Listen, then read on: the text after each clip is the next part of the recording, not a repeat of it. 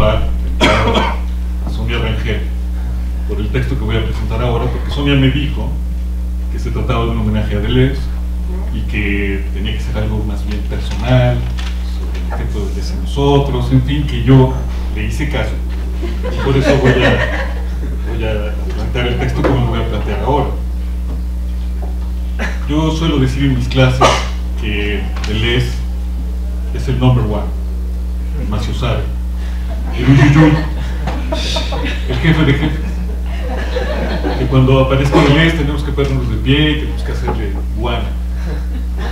Suelo decirlo en clases y en efecto para mí Deleuze es el filósofo number one, el Maciosare, el Uyuyuy. Y ante la sugerencia de Sonia me propuse pensar por qué Deleuze es el Uyuyuy, por qué Deleuze es el Maciosare. Y enumeraré ahora una serie de razones, no en un orden necesariamente lógico, por qué para mí Deleuze es el filósofo más importante actualmente. No soy la única persona que piensa eso. Zizek en su libro sobre Deleuze empieza diciendo seguramente es el filósofo más importante de nuestro tiempo. Para mí al menos algunas razones que les propongo, a ver qué opinan. Primero, Deleuze para mí es un autor absolutamente fundamental porque nos enseña a leer. En eso comparte créditos probablemente con Althusser, con Derrida, con Edouard Said. Cuando yo conocí a Deleuze, lo leí por primera vez en su texto sobre Hume, Empirismo y Subjetividad, y produjo un efecto sacudidor en mí. Podría compararlo con algo que me ocurrió después, para que se entienda la analogía, lo quiero decir. Después de haber terminado la carrera, leí el libro de Víctor Farías sobre el nazismo de Heidegger, y me sorprendió mucho ver el texto de Farías, cómo Farías subrayaba algunos aspectos, algunas deslices nazis de Heidegger que estaban en la introducción a la metafísica. Ocurre que yo había llevado un curso sobre Heidegger y habíamos leído Introducción a la metafísica. No diré nombres, pero con mi maestra en ese momento leímos el texto. Yo no conocí, no reparé en ese momento cuando leía a Víctor Farías, fui a buscar el texto, encontré el texto de Heidegger, Introducción a la metafísica, con subrayados míos en todas partes. Y yo había leído la Introducción a la metafísica de Heidegger, pero no había leído los párrafos donde Heidegger dice que Alemania es la neta del planeta, el futuro de la humanidad, el centro de Europa, tal. Había pasado mis ojos sobre eso y no lo había leído. Cuando yo leí Empirismo y Subjetividad de Deleuze, me di cuenta que tampoco había leído a Hume, que de manera verdaderamente sorprendente yo no había posado mis ojos sobre algunas palabras en las que Hume dice que el sujeto es un haz de percepciones que siempre está a punto de desvanecerse. Igual, Edouard Said es sorprendente porque nos muestra cuando uno lee a Camus cómo en el extranjero un tipo francés mata a un árabe y todo los azotes que le pasan al europeo, pero nadie habla del árabe. Y cuando leemos La Peste, hay un drama muy peculiar. Todos los europeos se sufren mucho, se azotan, pero todos los que se mueren son árabes y a nadie les importa. O cuando lee a Conrad y dice, cada vez que aparece África se pone negro el asunto. Y así, Edouard Said, Derrida, Althusser, Víctor Farías nos dan lecciones de lectura, y yo creo que esa es la primera lección que nos da Deleuze con ellos. Nos enseña a leer. Deleuze, de manera bastante grosera, decía en una entrevista que él se acercaba por atrás a los autores y les hacía un hijo sin que se dieran cuenta. Que lo que decía Hume, que estaba en Hume, que lo único que él hacía era leer con cuidado a Hume y encontrar, hacerle ese hijo que estaba allá. Me parece que esa es una postura muy congruente de Deleuze, porque Deleuze considera que el lenguaje siempre es una multitud de lenguajes, es por lo menos dos lenguajes. A mí me gusta, ya sé que los que me han oído lo siento, pero siempre les ruego que si me dan mejores ejemplos, estaría bien, pero yo digo que es como si estuviéramos en esa primera escena donde Dios crea el mundo, que lo crea verbalmente, dice gato y se crea un gato, dice perro y se crea un perro, dice luna y se crea la luna, pero su lenguaje es performativo. Pero lo que trata de pensar Deleuze es qué pasa entre la G y la O. Cuando Dios dice gato, nace un gato, pero cuando está diciendo gato, ¿qué son todas esas cosas? Esa esa maravilla que prolifera ahí y que acaba encerrada en la palabra gato. Los nombres, dice Deleuze, no solo producen, sino que encierran. El lenguaje juzga, dice Deleuze. Dios no nada más crea un gato, un perro, la luna, sino que dice pinche gato, pinche perro, pinche luna, y los controla y los encierra. Lo que quiere Deleuze es escuchar ese otro lenguaje que está en el lenguaje. Por eso, cuando lee a Hume, quiere encontrar ese otro Hume que está en Hume. Quiere escuchar, y además lo dice así con esas palabras que son las de Nietzsche. Nietzsche era el más inteligente porque sabía oír, dice. Deleuze quiere oír el otro lenguaje que está en el lenguaje. Así es como nos enseña a leer. Cuando leemos a Platón con Deleuze, descubrimos cosas verdaderamente sorprendentes, como que la categoría de semejanza, todo el orden platónico está construido sobre la semejanza, pero no hay una idea de la semejanza. La semejanza misma no forma parte del orden de Platón. Es un orden construido sobre la diferencia, es un simulacro. Platón se dedica a perseguir simulacros y su propia obra es un gran simulacro. Deleuze, pues, nos enseña a leer, pero creo que es el number one, porque a diferencia de Althusser, que nos va a hablar de un tipo de lectura geológica, arqueológica, de Derrida, que tiene todo un marco de lectura constructiva, deconstructiva, Deleuze no nos enseña a leer de ninguna manera en especial. Él lo dice: mis reglas, mi método, solo una larga preparación. Es el number one, pues, porque nos enseña a leer. Es el number one, en segundo lugar, porque es el único que porfía en realizar una filosofía sin sujeto.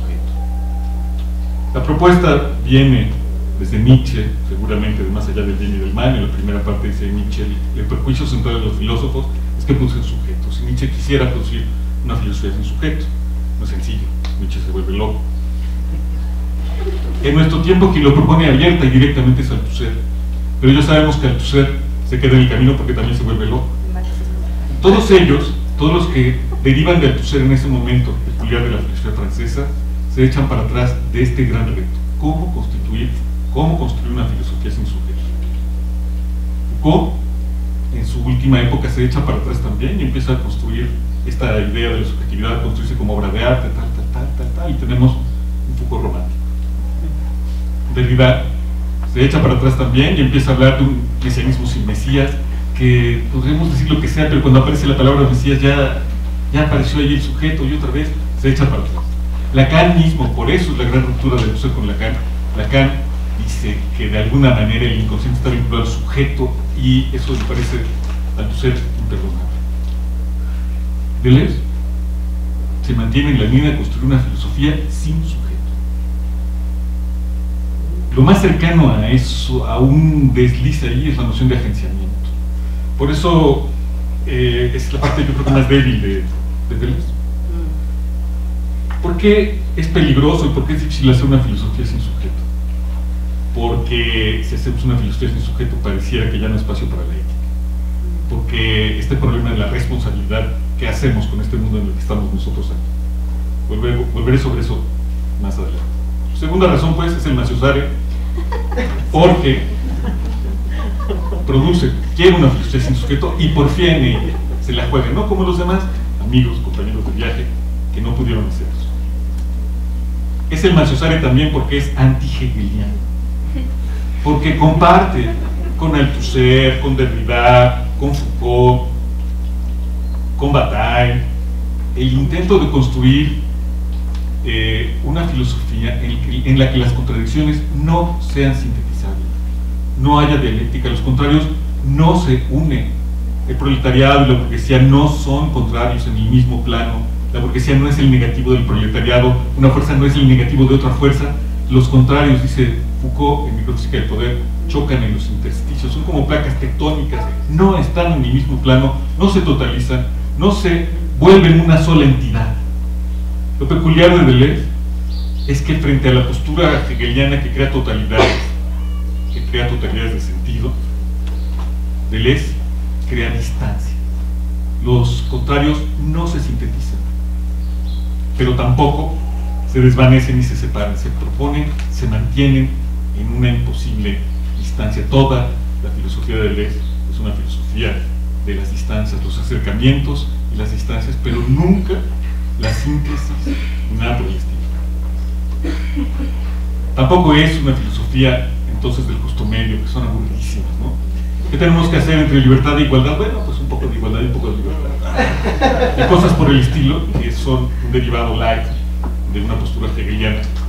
En Deleuze nunca hay exactamente eso. En tercer lugar es el number one, porque es anti-heideggeriano. Porque no le va a Heidegger. Lo dice claramente la filosofía, al final de la entrevista con Claire Parnet, la filosofía no se hace en los bosques. La filosofía se hace en la ciudad. No son sendas perdidas. Porque justamente la gran... Además del nazismo de Heidegger, el nazismo de Heidegger está muy vinculado a su conservadurismo, a su reaccionarismo campesino. Muy, muy campesino. La técnica siempre es culpable de todo. En la entrevista de Spiegel en 1962, Heidegger dice, la única vez que habló del nazismo, Heidegger, dijo que el nazismo había sido un problema como la agricultura.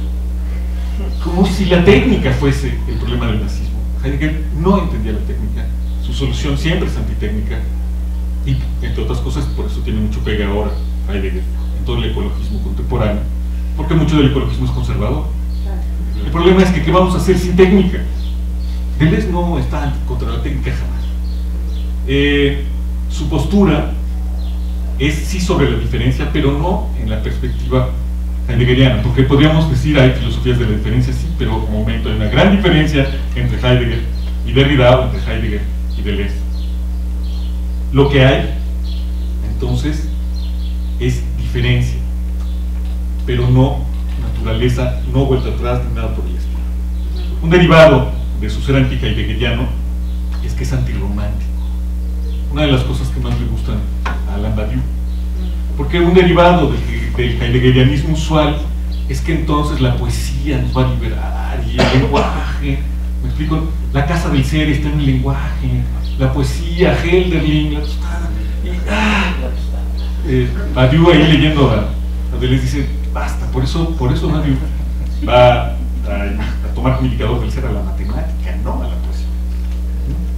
Deleuze es antirromántico, no va a haber la novena de Beethoven, no vamos a tener la pastoral, no nos vamos a ir a los campos y vamos a volver a revivir la totalidad, la experiencia mística, no va a haber nada de eso, porque es antirromántico. Ya no sé qué número voy, pero creo que en cuarto lugar, Deleuze es el maciosare, porque en un sentido muy peculiar es sartreano. Es sartreano porque él lo dice, porque dice mi maestro fue Sartre. Sartre es el gran fantasma de toda la filosofía francesa contemporánea, toda la filosofía del siglo XX.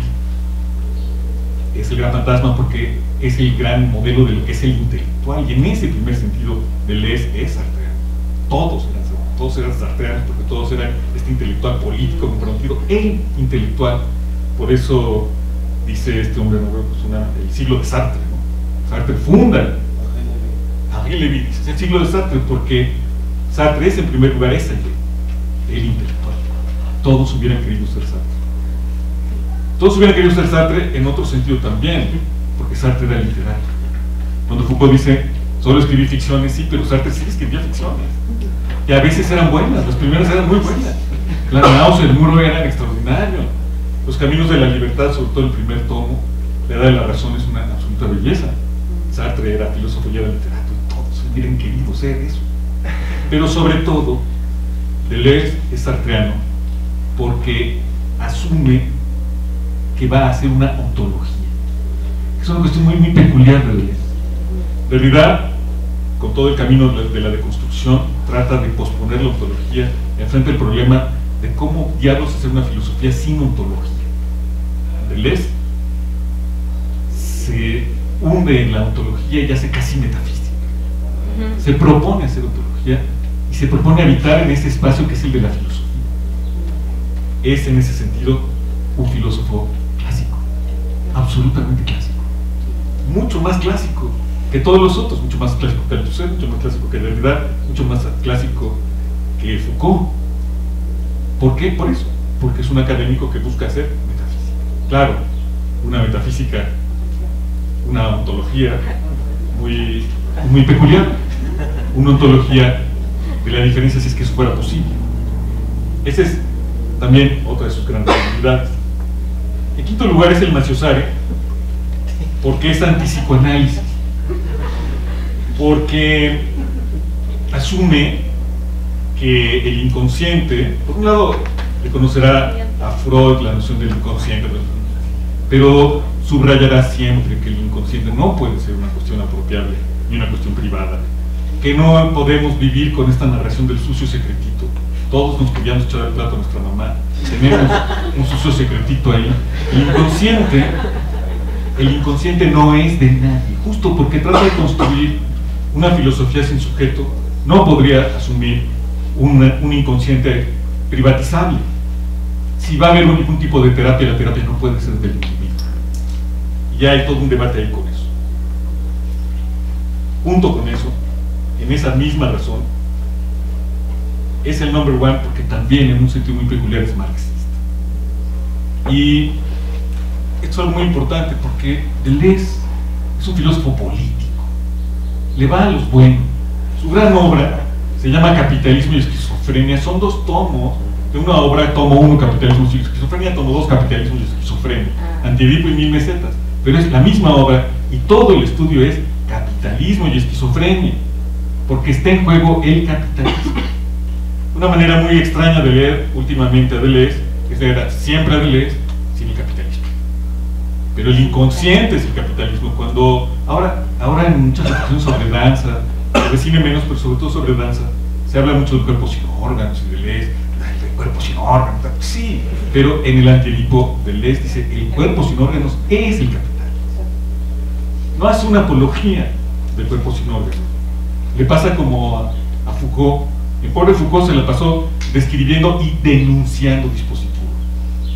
Y ahora en los congresos de pedagogía se organizan para estudiar dispositivos, para proponer dispositivos, todo el mundo citando a Foucault. Pobre Foucault, él estaba en contra de los dispositivos y los pedagogos le mandan los dispositivos. Es un escándalo. Bueno, más o menos así, en la filosofía de la danza todo el mundo le va al cuerpo sin órganos, revolcar. Por último, creo que es el number one porque es post-erótico y es cinematográfico. Es post-erótico porque hereda de Bataille toda la reflexión sobre el gasto improductivo y sobre la ruptura de los cuerpos. Pero Bataille todavía se quedaba en una perspectiva muy antropocéntrica, porque Bataille pensaba, cuando hablaba del erótico, pensaba en algún tipo de fusión o algo así, de ruptura entre hombre-hombre, mujer-mujer, hombre-mujer, o cosas más o menos antropomórficas. Pero Deleuze piensa un devenir erótico que es más allá del ámbito de lo humano.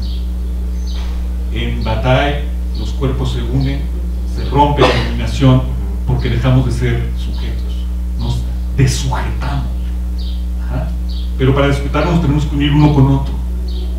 En Deleuze me uno con el otro, pero me uno también con la mesa, con la pared, con el parque, con el jardín. De ahí la cercanía de Deleuze con Henry Miller. Henry Miller dice en Trópico de Cáncer: ya no miro a los ojos de la mujer que amo, la atravieso a nada. La próxima vez que sea algo, dice, voy a volver como parque. Y en efecto, esa es una idea muy deleuziana. Devengo otra cosa, no necesariamente un humano, no necesariamente otra psique, devengo y me ejerzo de formas muy por eso es el más chingón de la pradera. Pero creo que ahora, hoy que estamos celebrando el 90 aniversario de Deleuze, estamos empezando a vivir algo que ocurre siempre con los grandes pensadores y que piensa muy bien Marx en la ideología alemana, sus obras de ese tiempo, y es el hecho de que el gran pensador siempre va a incubar 2 tipos de hijos, los de derecha y los de izquierda. Había hegelianos de derecha y había hegelianos de izquierda, y Marx se va a dedicar a eso mucho.